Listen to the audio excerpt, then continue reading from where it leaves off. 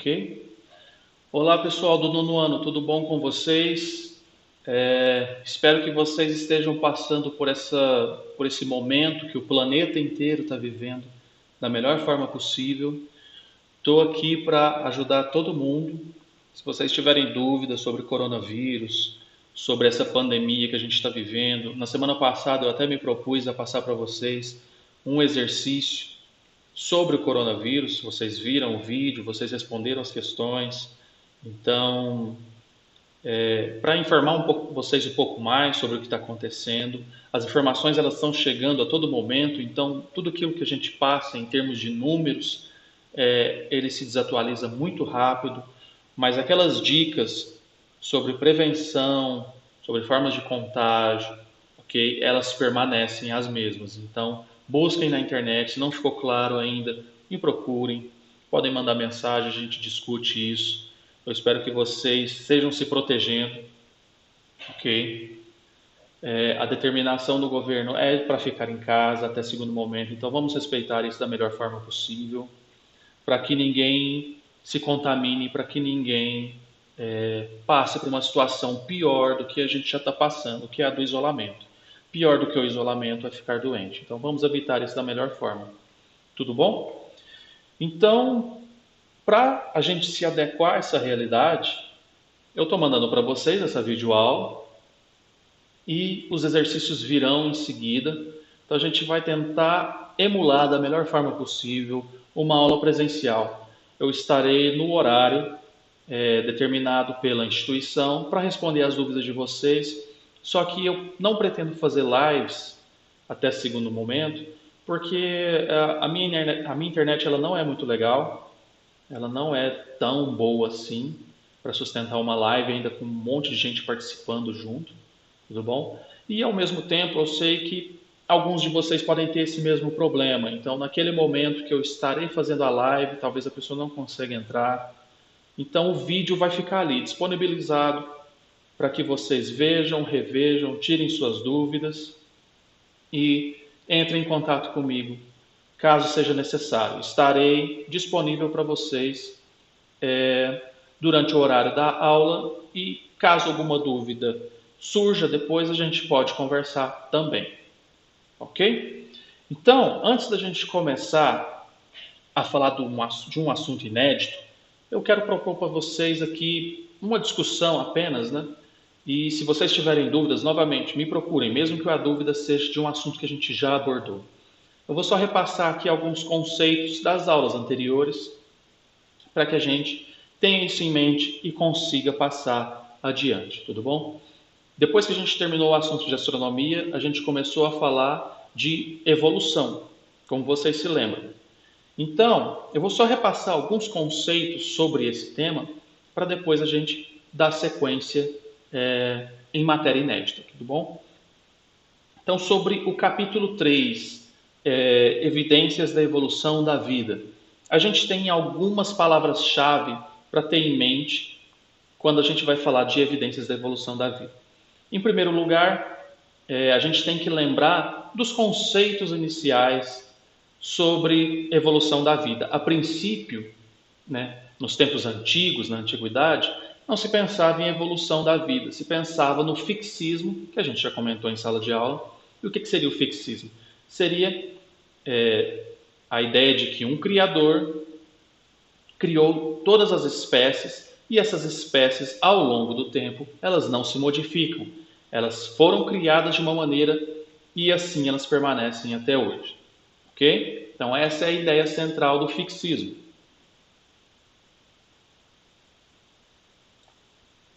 Após isso, a gente tem as ideias transformistas de forma geral. E o que seria uma ideia transformista? A ideia de que, ao longo do tempo, os organismos, os seres vivos, animais, plantas, fungos, etc., eles vão se modificando. Isso a gente pode observar com o exemplo que eu já dei em sala de aula, o exemplo dos cachorros. A gente tem várias raças pertencendo a uma mesma espécie. Então, como que se dá isso? Como que a partir de um organismo original, cachorro, a gente tem várias raças com várias formas diferentes. Se você observar um pincher, se você observar um pastor alemão, Eles pertencem à mesma raça, eles pertencem à mesma espécie. Mas eles são iguais na forma? Não, né? A gente observa que eles têm várias e várias diferenças morfológicas, diferenças quanto à forma, e a gente consegue observar essa ideia transformista em ação. Então, os cachorros, por exemplo, são uma evidência de que o transformismo de fato é uma hipótese plausível, uma hipótese real, ou seja, as espécies ao longo do tempo elas se modificam. Dei para vocês também o exemplo do gado bovino. Então, dependendo se você precisa de um gado, de uma vaca, que produza mais leite ou que produza mais carne, você vai fazer cruzamentos ao longo do tempo e essas gerações que virão posteriormente vão adquirindo essas características conforme você precisa. Esses dois exemplos que eu dei para vocês de cachorros e de gado bovino, eles são atrelados ao transformismo artificial. E o que seria isso? É um transformismo, é uma ideia de evolução que é guiada pelo ser humano. O ser humano precisa de uma determinada característica naquele grupo de organismos que ele está criando, e ele vai selecionando ao longo do tempo, ao longo dos cruzamentos, as características que ele deseja. Um focinho mais comprido, uma maior produção de leite, e assim por diante. Tudo bem? Na natureza, ela não esse processo não é guiado de forma artificial, é um processo natural e é um processo, como posso dizer, um processo aleatório. É um processo que não tem vontade própria, ele simplesmente acontece. Tudo bom? Tudo bem? Então, essas são as ideias centrais, fixismo e transformismo. Tudo bom? Então, dentro do transformismo, hoje em dia a gente fala muito na teoria da evolução, através da seleção natural, e quem foi a pessoa que cunhou esse termo, quem é o maior cientista por trás dessa ideia? Seria Charles Darwin, a gente já comentou isso também, vamos comentar mais ainda nas próximas aulas sobre Darwin, tudo bom? A gente vai entrar mais a fundo na teoria da evolução, mas por enquanto a gente só deixa isso em aberto. Darwin é um elemento central nessas ideias transformistas que hoje em dia a gente chama de evolução. Ok? Uma das evidências, ainda dentro do capítulo 3, a gente falou das evidências sobre a evolução da vida, e uma dessas evidências a gente pode colocar como uma adaptação.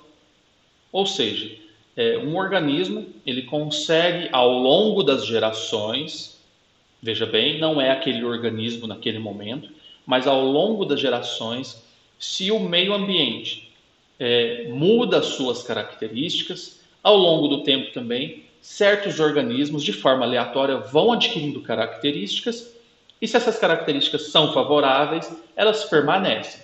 Se elas são desfavoráveis, elas vão fazer com que aqueles organismos saiam, né? Quando a gente diz sair em biologia, em evolução, quer dizer que na verdade eles vão morrer, eles vão deixar de existir e só os mais adaptados vão permanecer no ambiente.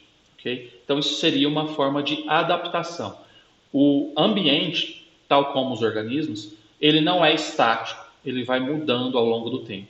A gente pode colocar hoje em dia a maior mudança que a gente ouve falar é a mudança do aquecimento global. Então, numa escala de milhares de anos, aqueles organismos que se adaptarem a essa nova mudança, a esse novo clima que a gente vai ter ao longo do tempo, elas vão continuar, elas vão se adaptar e elas vão permanecer no planeta. Aqueles indivíduos que não se adaptarem ao aquecimento global, a gente vê, por exemplo, os ursos polares, né? A gente tem fotos, imagens muito tristes de ursos polares que não conseguem buscar seu alimento e acabam morrendo de fome.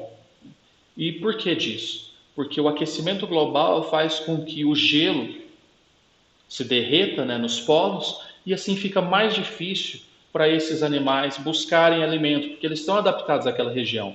Uma vez que as calotas polares elas derretem, isso faz com que esses animais não consigam encontrar comida de uma forma tão fácil, porque eles têm adaptações de predação, formas de capturar as presas E se o ambiente se modifica de uma forma muito brusca, eles não vão conseguir se adaptar da forma esperada. E por conta disso eles vão acabar desaparecendo, sendo extintos em algum momento, né? Isso é muito triste de se falar, mas infelizmente é uma hipótese bastante plausível. Então aqueles que não se adaptam, eles saem do meio ambiente, né? Eles deixam de existir.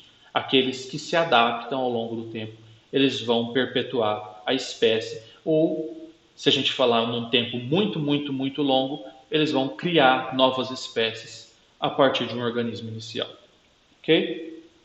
Por conta disso, dessa ideia de um organismo inicial criando outros organismos ao longo de gerações, e quando eu digo gerações é ao longo de um tempo muito longo, ok? A gente tem um esquema hoje em dia que a gente chama de árvore da vida, que é o mesmo dendrograma que eu passei no exercício para vocês, que também é sinônimo de árvore filogenética. Lá no quadro para saber além, se eu não me engano, que é o nome, vocês viram lá que a gente tem a árvore da vida, a árvore filogenética. E eu até dei um exemplo, dei um exercício para vocês fazerem na penúltima aula e muita gente entendeu direitinho aquilo que eu queria. A gente não desenvolveu isso em sala de aula, é melhor a gente falar isso numa aula presencial, mas de forma geral, o que seria a árvore da vida, o que seria o dendrograma, o que seria a árvore filogenética? É uma representação gráfica disso que eu acabei de falar, de um organismo inicial, ele vai se adaptando, ele vai se modificando ao longo do tempo, e se você tem duas populações com características diferentes, ao longo de gerações e gerações, essas populações vão dar origem a espécies diferentes. E essas espécies, por sua vez, vão dar origem a novas espécies, num tempo muito longo, um tempo de vida muito longo dessas espécies, ok? Então, esses ramos que vão se criando, a partir de uma, você tem duas, de duas você pode ter quatro e assim por diante. Esse grande ramo que a gente pode representar graficamente seria a árvore filogenética, seria a árvore da vida. A gente vai falar um pouco mais disso quando a gente entrar em seleção natural de fato, que vai ser a nossa próxima aula, tudo bem? Mas só adiantando isso para vocês, esse conceito que a gente até já trabalhou isso no exercício anterior. Para fechar essa parte de evidências da evolução, a gente comentou os registros fósseis, que são uma das maiores evidências que a gente tem sobre evolução da vida. Então a gente vê que registros fósseis de animais que viveram há milhões e milhões de anos atrás e que não existem hoje, mas existiram no passado da Terra, okay? São uma prova de que as espécies se modificam ao longo do tempo. Porque se aquelas espécies naquele passado tivessem deixado de existir e nenhuma outra tivesse se adaptado naquele tempo, hoje o planeta Terra seria um planeta deserto, um planeta sem vida. Porém, aquelas espécies daquela época que não se adaptaram, deixaram de existir. Como exemplo, a gente tem o maior deles, que seriam os dinossauros. Só que algumas espécies daquela época conseguiram se adaptar àquela nova realidade climática, né? E deixaram descendentes, e esses descendentes deram origem às espécies que a gente tem hoje em dia, as espécies atuais. Okay? Então, registros fósseis são também evidências da evolução e um dos indícios mais fortes que a gente tem hoje em dia. Tudo bom? Ficou claro? Se não tiver ficado, vocês entram em contato comigo, a gente tenta melhorar esse conceito um pouco mais.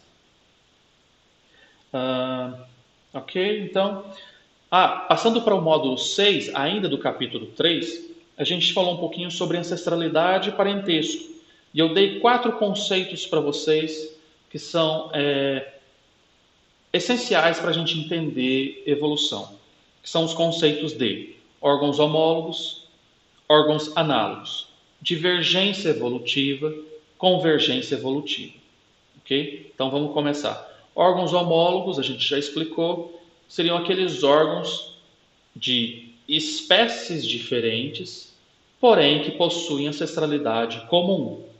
Então, se a gente pegar o braço de um ser humano, se a gente pegar o braço de um morcego e o braço de uma baleia, eles têm uma ancestralidade comum porque os 3 casos, as 3 espécies, são de mamíferos. ok? Então a gente tem uma ancestralidade comum nos mamíferos. Contudo, o braço do ser humano e o braço do morcego estão adaptados a funções diferentes.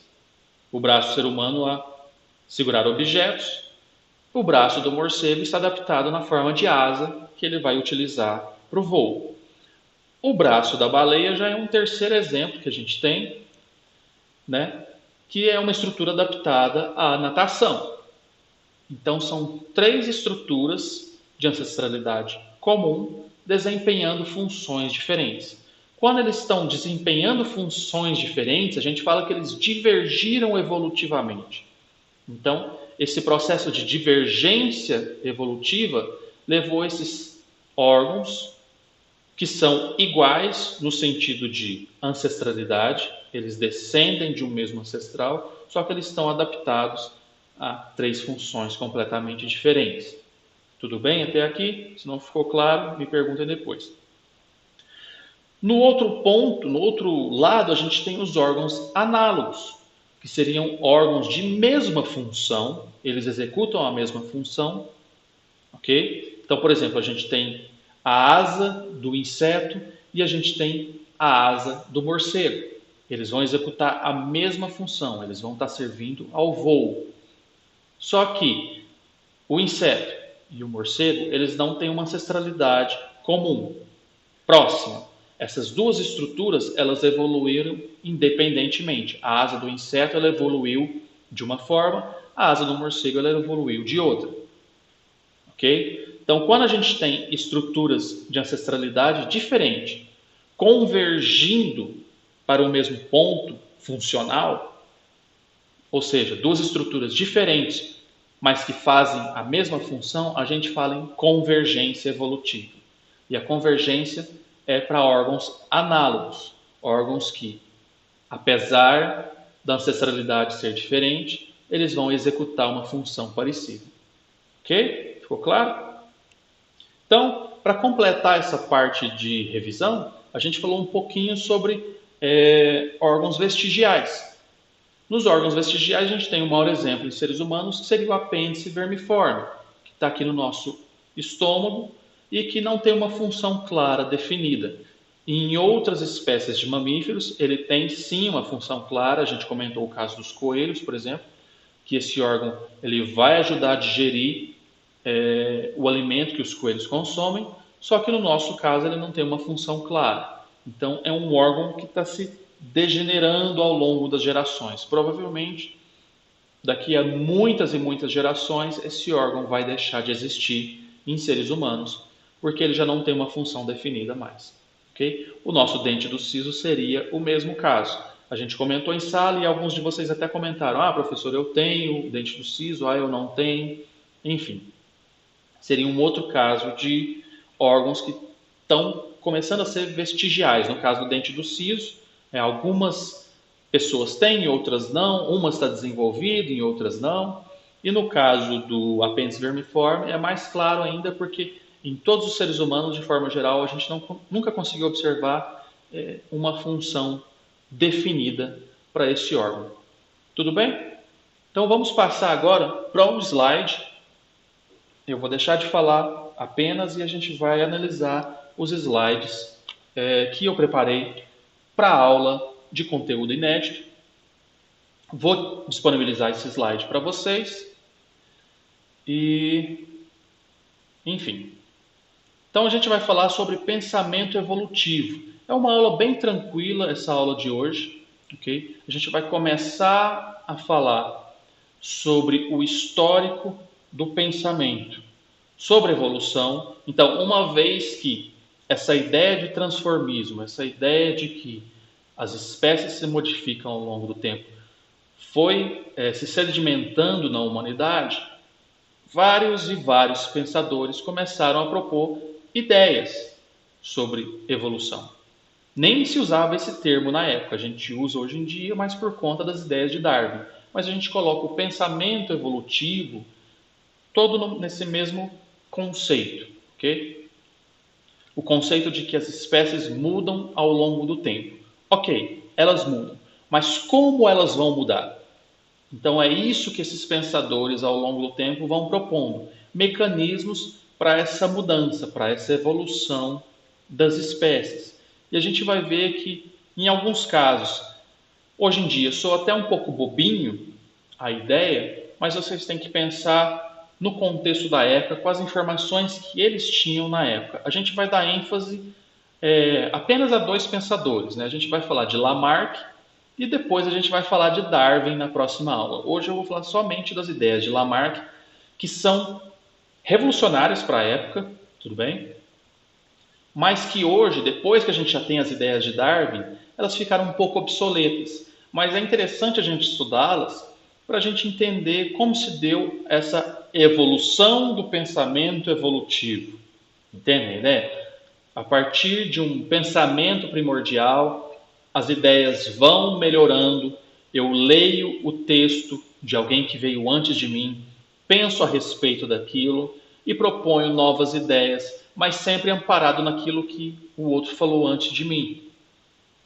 Na maioria das vezes, ninguém cria uma teoria do nada. Você se baseia em conceitos anteriores e você pode amplificá-los, você pode mudá-los, você pode desconstruí-los, mas você vai ter um embasamento anterior para propor as suas ideias. Então é isso que a gente vai ver um pouquinho hoje. A gente vai ver as ideias de Lamarck e depois, na próxima aula, a gente vai falar um pouco sobre as ideias de Darwin e sobre os mecanismos de seleção natural. Então a gente vai ver, de forma geral, o que os pensadores colocaram a respeito dos mecanismos, como que a evolução funciona, como que ela vai se dar ao longo do tempo.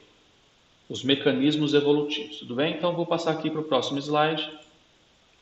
Então, essas ideias evolutivas, elas se deram principalmente nos séculos 18 e 19, que são, a gente fala em biologia, a época dos naturalistas, das grandes navegações, nas quais os governos, principalmente o governo britânico, financiava expedições a terras desconhecidas para eles até então.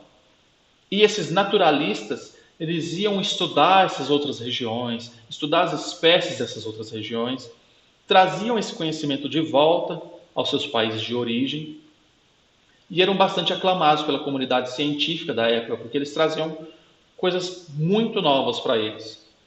Ok? Então, por conta disso, desses conceitos, dessas ideias novas chegando através dessas evidências, desse material que eles iam coletando, a gente tem o desenvolvimento das ideias de evolução biológica, porque eles estavam acostumados com uma fauna, com uma flora dos seus países de origem, e de repente eles se dão conta de que existe um mundo completamente novo, com espécies diferentes das deles, com plantas diferentes das deles, porém, contudo, que compartilham características semelhantes, de certa forma. Ou seja, eles começaram a pensar que essas espécies elas poderiam ter um parentesco, poderiam ter uma origem comum. Através dessas observações da natureza, eles começaram a estabelecer padrões, tentaram estabelecer padrões, porque isso é comum, isso é natural do ser humano. Ele vê uma coisa desorganizada e ele vai tentar organizar, ele vai tentar estabelecer um padrão para aquilo, para ficar mais fácil o entendimento. Okay? E por conta desse estabelecimento de padrões que eles observavam, eles começaram a formular hipóteses sobre as transformações dos organismos ao longo do tempo. Ou seja, aquilo que eu falei, você vê uma gama, uma diversidade muito grande de organismos, e você começa a estabelecer hipóteses. Como que será que se deram as transformações? Porque eu tenho uma espécie de pássaro no meu país, e naquele outro país tem outra espécie de pássaro que parece a minha, mas é diferente. Então eles começaram a observar esses padrões e tentaram formular ideias que respondessem a essas perguntas. Como que são esses padrões? Como que se dá essa evolução das espécies? Ok? Se não ficou claro, novamente, me perguntem no fórum do Moodle, mas vou passar adiante. Então, além disso, nos séculos 18 e 19, a gente começou a registrar essas evidências do processo evolutivo que eu já tinha comentado com vocês, que são principalmente o registro fóssil e a existência de órgãos homólogos. através de estudos de anatomia, eles começaram a perceber que os órgãos, por exemplo, o membro superior da baleia, da rã, do cavalo, do leão e do homem, e até mesmo da ave, eles compartilham características em comum, ou seja, provavelmente eles descendem de um ancestral comum que tinha essa mesma característica, porém eles têm funções diferentes. Então isso começa a ser uma evidência desse processo evolutivo. A partir dessas evidências, eles começam a tentar estabelecer hipóteses de como que essa evolução se deu, como que a partir de um organismo inicial eu vou ter uma diversidade tão grande de organismos com o mesmo membro, porém esse membro exercendo funções completamente diferentes. Então é isso que eles tentam responder, essa pergunta que deixa eles inquietos e por conta disso é isso que eles vão tentar responder. Como que a partir de um organismo único eu vou ter diversos organismos com características diferentes, porém uma ancestralidade comum. Então, depois das evidências, falta entender o mecanismo do processo evolutivo. Muitas ideias foram propostas e foram descartadas ao longo do tempo. E, como eu falei para vocês, a gente vai se ater a dois pensadores. A gente vai se ater ao Lamarck e, posteriormente, a gente vai se ater ao Darwin. Okay? Então, nessa aula de hoje, a gente vai se ater apenas ao Lamarck.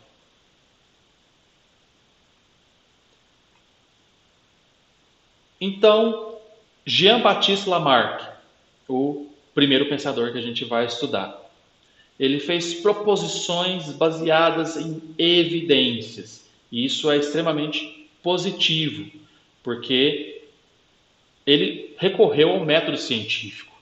Ou seja, ele começou a observar evidências desse processo evolutivo e começou a formular hipóteses para esses padrões. Então, ele foi um dos primeiros a formular uma ideia, um trabalho que foi contrário ao fixismo, que seria o transformismo, a gente já comentou, que seria o quê? A mudança das espécies ao longo do tempo. E ele foi tão revolucionário para a época que ele propôs o transformismo tanto para os seres vivos como também para o planeta inteiro. Ele propôs que não só os organismos mudavam ao longo do tempo, como também o planeta como um todo, as características do planeta mudavam ao longo do tempo também. Então isso é bastante revolucionário para a época, ok? Isso foi até refutado durante um tempo depois que Lamarck veio a falecer. Isso foi refutado, ele foi achincalhado, né? Fizeram chacota dele, e já no século XX a gente começou a catalogar evidências de que sim, o planeta também sofre mudanças com o tempo. Tudo bem? E ele propõe uma ideia que é central dentro do transformismo, que é a ideia de que os seres vivos realmente se transformam em respostas às modificações do meio. Como ele não tinha noção nenhuma de genética, a genética foi surgir no final do século XIX, ele não conseguia explicar como esses organismos adquiriam essas características, adquiriam essas adaptações. A gente vai falar disso mais para frente, mas isso envolve muitos conceitos de genética. De qualquer forma, ele estabeleceu essa ideia de que os seres vivos se transformam em resposta a essas modificações do meio, porém ele não conseguia responder como isso se dava. Só que ele dizia também que essas transformações eram transmitidas, eram repassadas aos seus descendentes. E isso sim a gente observa de forma bastante clara. Um organismo, às vezes, ele tem uma característica, e se essa característica é vantajosa, ele vai repassar essa característica aos seus descendentes. Ok? Se ela é desvantajosa, sim, ele vai continuar também passando aos seus descendentes, só que ao longo do tempo, a tendência dessa característica desfavorável é ser eliminada. Ok? Ficou claro até aqui? Vamos passar adiante.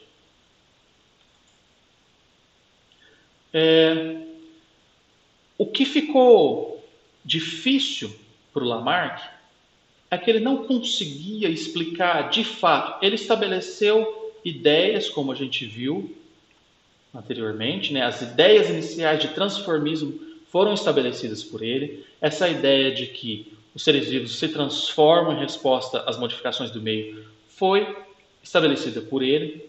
Só que quando ele foi explicar como que isso se dá, de fato, justamente por ele não ter essas ideias bastante embasadas de genética, que só viriam a surgir 200 anos depois do tempo de vida dele, ele não conseguia explicar de forma satisfatória como que a evolução se dava e por isso, durante muito tempo ele foi achincalhado, ele foi difamado por conta das ideias dele terem sido levadas na brincadeira, vamos dizer assim.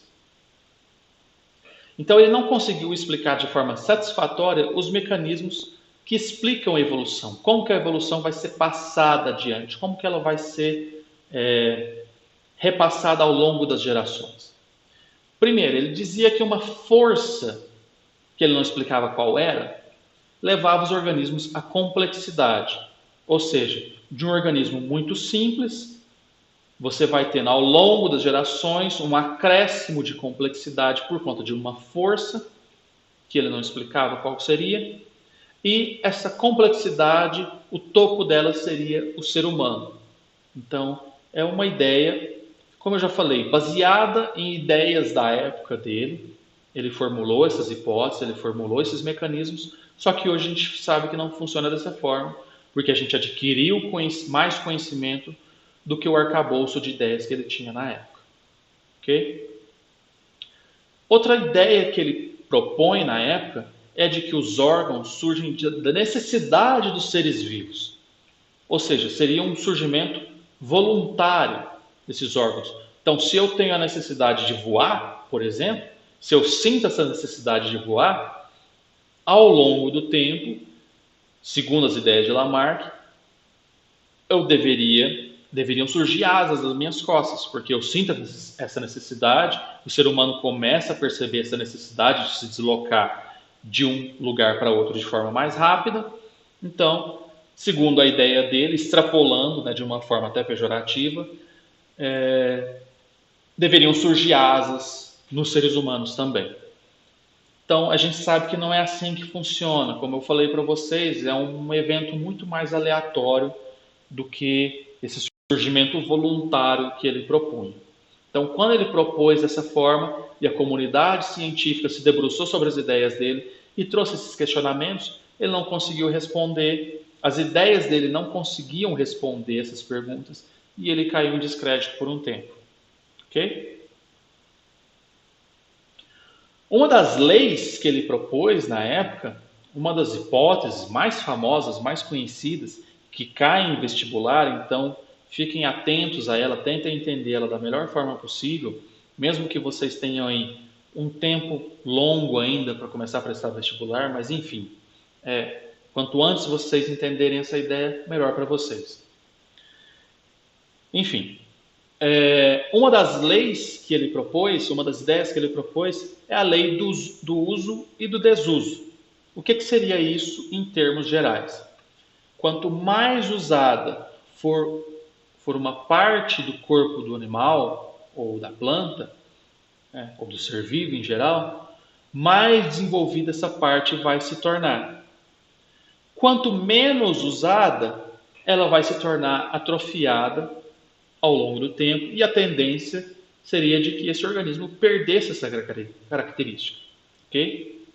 Então, aqui no exemplo da girafa, a gente vê que ao longo do tempo, se as ideias de Lamarck estivessem corretas a esse respeito, a gente teria que, por conta do uso do pescoço, a gente teria uma girafa com um pescoço cada vez mais alongado. E isso ele propunha não ao longo das gerações, mas ele propunha para aquele organismo, da forma como ele usa aquele órgão, aquela estrutura, ao longo do tempo, ela vai se desenvolvendo cada vez mais. Ok? E a gente sabe hoje em dia que não é assim que funciona. Essa característica do pescoço alongado da girafa, vamos se ater a esse exemplo aqui, ela vai ter o pescoço desenvolvido independentemente se ela for tentar buscar folhas em galhos mais altos ou não. Tudo bem? Então, lei do uso e do desuso. Quanto mais usada uma parte, mais desenvolvida ela vai se tornar. Quanto menos usada, mais atrofiada ela vai se tornar. Então, ele se ateve a esse exemplo aqui para tentar explicar essa ideia. Aliado a isso, a essa lei do uso e do desuso, ele propunha que o pescoço da girafa iria se alongar ao longo do tempo de vida dela e, por ela ter usado esse pescoço alongado, por ela ter necessitado desse pescoço alongado por muito tempo, quando ela fosse ter um filhote, ela ia repassar essa característica para o filhote dela. Então, isso seria a lei da transmissão de caracteres adquiridos, ou seja, modificações sofridas ao longo do tempo de vida da girafa, para a gente se segurar nesse exemplo, seriam transmitidas aos descendentes dessa girafa. Então, se ela adquiriu esse pescoço longo no tempo de vida dela, ela seria capaz de transmitir isso para os descendentes. Outra fraqueza, outro ponto fraco dessa ideia é de que, por exemplo, na foto a gente vê aqui cachorros com o rabo cortado, ok? Se essa ideia fosse real, a gente esperaria que os descendentes desses cachorros também tivessem o rabo cortado, e não é isso que acontece. A gente vê que uma cachorra dá à luz a filhotes, se ela tem o rabo cortado antes de engravidar, esses filhotes dela vão ter o rabo da mesma forma. Então, essa lei da transmissão de caracteres adquiridos, ela não explica de fato como funciona a evolução. Foi uma tentativa que ele teve na época de tentar explicar como se dava o processo evolutivo e cientistas vieram depois, como Darwin, se debruçaram sobre as ideias dele e propuseram novas ideias. Ok? Antes da gente fechar as ideias sobre Lamarck, só reforçando isso que eu acabei de falar. Esses 4 pilares da ideia dele. A gente teria uma força que leva os organismos à complexidade. Então, a gente sairia de um organismo extremamente simples para um organismo mais complexo. E esse ápice da complexidade seria o ser humano. Tudo bem? Além disso, a gente teria órgãos surgindo através da necessidade dos seres vivos, ou seja, seria um surgimento voluntário para forçar um pouco a explicação. Então, se a gente tem necessidade de organismo, ao longo do tempo a gente vai desenvolver isso. A gente percebe que não é dessa forma que funciona. Tudo bem? Temos a lei do uso e do desuso, que quanto mais usada for uma parte, mais ela vai se desenvolver. Se, no caso aqui, a girafa não utilizasse de forma alguma, por exemplo, o rabo dela, a tendência seria de que esse rabo desaparecesse, de acordo com a lei do uso e do desuso que foi proposta por Lamarck. E dentro disso a gente tem a lei da transmissão de caracteres adquiridos, que as modificações sofridas no tempo de vida daquele organismo vão ser repassadas aos descendentes. Nesse exemplo do rabo dos cachorros que a gente acabou de comentar. Ok? Então, se a cachorra tem o seu rabo cortado, segundo Lamarck, era esperado de que os filhotes dessa cachorra também nasceriam com o rabo cortado. Ok? Então, isso são ideias que ele propôs na época sobre a evolução, como que seriam essas características repassadas ao longo do tempo. Isso é um princípio de ideia, como eu falei. Vão vir outros pensadores e vão se debruçar sobre essas ideias e vão aprimorar essas ideias. Então, a gente não pode, de forma alguma, desrespeitar esse pensador, porque daqui a 200 anos, por exemplo, hoje a gente tem a ideia da seleção natural, da evolução, como a mais bem estabelecida como o ápice. E muita gente leva ela até que como uma religião quase, né? De que não, a gente tem certeza de que o processo evolutivo é da forma como Darwin propôs, através de seleção natural. Se vir um cientista daqui a 100, 150, 200 anos e propor um mecanismo mais satisfatório que explique essa modificação das espécies ao longo do tempo, as ideias de Darwin vão ser abandonadas. Então, e se isso acontecer, Darwin, né, que a gente considera hoje um dos maiores pensadores de todos os tempos, ele vai cair no esquecimento, ele vai ser achincalhado tal qual como Lamarck foi durante muito tempo. O que a gente tem que ter em mente é, Lamarck foi um pioneiro na sua área.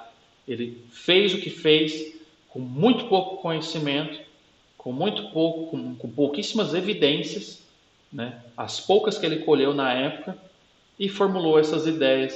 E a partir daí é um processo de evolução do pensamento evolutivo, ok? Essas ideias elas vão sendo melhoradas ao longo do tempo, elas vão sendo cada vez mais trabalhadas e hoje em dia a gente tem hipóteses muito mais robustas para evolução do que Lamarck propôs na sua época. Porém, ele foi um pioneiro e a gente deve muito respeito a ele, ok? Já no século XIX, a gente tem Darwin, como eu falei, e não só Darwin, como Alfred Wallace, que foi um pensador, que foi um cientista, que foi um naturalista contemporâneo a Darwin, mais ou menos da mesma época, que propuseram a evolução por seleção natural, que é a mais aceita hoje em dia pela comunidade científica. Então, nesse exemplo que a gente tem aqui, né, no exemplo da girafa, ainda assim, o que seria essa evolução por seleção natural? De forma bastante generalizada, a gente vai falar disso com mais detalhes na próxima aula. Tudo bem? Então, a gente tem aqui três exemplos de girafas, né? E que somente uma dessas girafas vai conseguir se alimentar. Vamos dizer que todas as árvores acabaram as folhas dos estratos mais baixos das árvores e agora a gente só tem folhas nesses estratos mais altos. Essas duas aqui dificilmente vão conseguir se alimentar. Só essa daqui com o pescoço um pouco mais alongado vai conseguir se alimentar, não por necessidade dela, não porque ela ficou esticando o pescoço para se alimentar ao longo da vida, mas simplesmente porque ela herdou dos seus ancestrais essa característica do pescoço um pouco mais alongado. Então, ao longo do tempo, o que a gente espera? Que esses dois indivíduos aqui, por fome, vão desaparecer, vão morrer, porque eles não vão conseguir se alimentar.